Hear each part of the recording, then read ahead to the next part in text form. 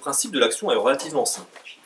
Il s'agit de lire tous ensemble, élèves et adultes, un livre de son choix, tous les jours, à raison d'1 quart d'heure. J'ai découvert l'existence d'une association, Silence on lit, qui défend la lecture et ses bénéfices. Cette association propose à toute collectivité de l'accompagner dans ce type de démarche. C'est alors en fait que je me suis mis à rêver, comme un enfant, et j'ai voulu partager ce rêve avec mes collègues. Ça sert à apprendre des nouveaux mots, à apprendre à aimer la lecture.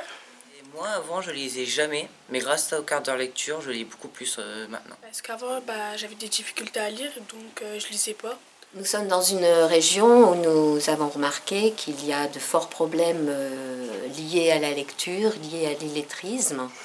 Et donc le taux de réussite de nos élèves dépend aussi de ces problèmes liés à la lecture. Je suis allée à la rencontre des enseignants, à la fois de maternelle et de primaire, pour mettre en place ce projet de quart d'heure de lecture qui a remporté une grande adhésion auprès de l'ensemble des enseignants. C'est pourquoi dès la rentrée 2017, nous avons mis en place le principe du quart d'heure de lecture, adapté évidemment selon le niveau des élèves, donc dans l'ensemble du réseau, de la toute petite section à la 3e. Le but initial, c'était de donner le plaisir de lire aux élèves, donc à travers la lecture d'albums diverses et variés, qu'ils viennent choisir eux-mêmes dans le bac et dans les bacs.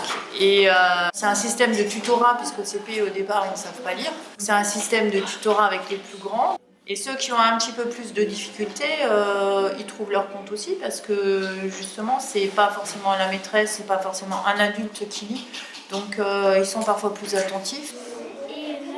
Bonjour,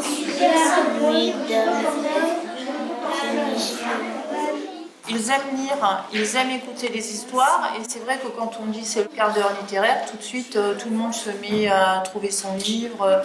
Enfin voilà, c'est quelque chose qui est passé dans les mœurs, et ils ont le sourire, ils aiment ça.